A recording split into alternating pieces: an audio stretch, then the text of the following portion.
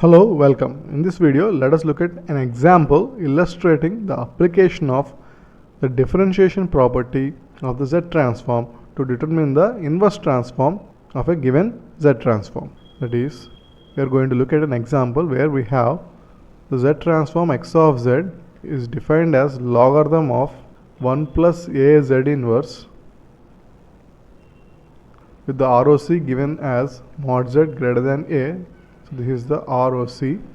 Now our goal is to determine the sequence x of n. Our goal is to determine the sequence x of n, which is basically the inverse Z transform of x of z, or in other words, logarithm of 1 plus a Z inverse is the Z transform of x of n. So our goal is to find x of n. So let us look at the solution. First, what we will do is we will apply derivative to this definition, that is x of z is equal to logarithm of 1 plus a Z inverse. Now we apply derivative on both sides with respect to z. That is, derivative of x of z with respect to z is given by derivative of this logarithm function, that is 1 by 1 plus a Z inverse, that is log of f of x is 1 by f of x. So here it becomes 1 by 1 plus a Z inverse, and then derivative of this function, that is a into Z inverse, which is minus a Z power minus 2. Now this derivative can be rewritten as minus Z inverse multiplied by a Z inverse divided by 1 plus a Z inverse. Now we can just send this minus Z inverse to the left side, so that we have minus Z derivative of x of z is equal to a Z inverse divided by 1 plus a Z inverse. Now from the differentiation property, we know that the Z transform of the sequence n times x of n is given by minus Z derivative of x of z derivative of x of z, that is minus Z derivative of x of z. So that is the Z transform of n times x of n. Therefore, the Z transform of n times x of n is given by a Z inverse 1 plus a Z inverse divided by 1 plus a Z inverse. That is, the Z transform of n times x of n is given by a Z inverse divided by 1 plus a Z inverse. Therefore, the sequence n times x of n will be equal to inverse Z transform of this Z transform, that is a Z inverse by 1 plus a Z inverse. Now recall that the inverse Z transform of the sequence 1 by 1 plus a Z inverse will be equal to minus a power n u of n.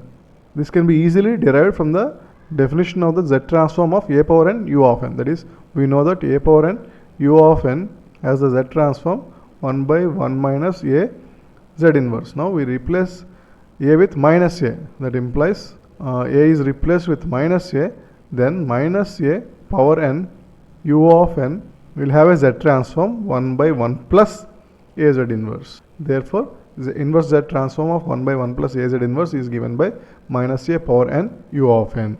Now, the inverse Z transform of a Z inverse by 1 plus a Z inverse can be determined by using the shifting property of the time shifting property of the Z transform. That is, time shifting property related to the Z transform.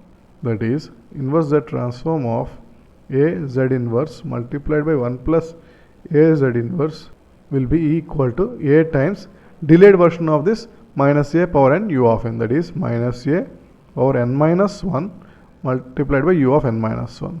Because we have z power minus 1 here, we have a delay of 1 here, that is minus a power n minus 1 into u of n minus 1.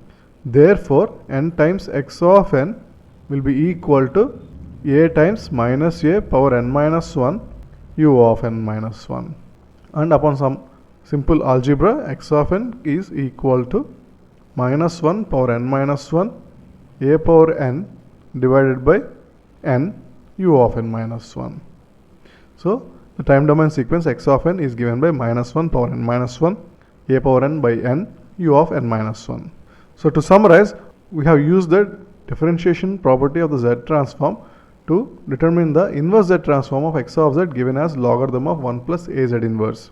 Basically, we started with the definition of the Z transform x of z equal to logarithm of 1 plus a Z inverse. Then we apply the derivative or differentiation on both sides. which gives us the derivative of x of z is equal to minus z inverse a z inverse by 1 plus a z inverse, and we send the z towards the left side, so we have minus z derivative of x of z equal to a z inverse by 1 plus a z inverse. And by using the differentiation property, n times x of n has the z transform minus z derivative of x of z. Therefore, z transform of n times x of n should be a z inverse by 1 plus a z inverse. In other words, n times x of n will be the inverse z transform of this ratio, or a z inverse by 1 plus a z inverse. So we start with the inverse z transform of 1 by 1 plus a z inverse, which is simply minus a power n u of n. And then the inverse z transform of a z inverse times 1 by 1 plus a z inverse will be delayed version of the previous z transform. So it is a times minus a power n minus 1 and u of n minus 1. Hence x of n is given by minus 1 power n minus 1, a power n by n, u of n minus 1. Thanks for watching.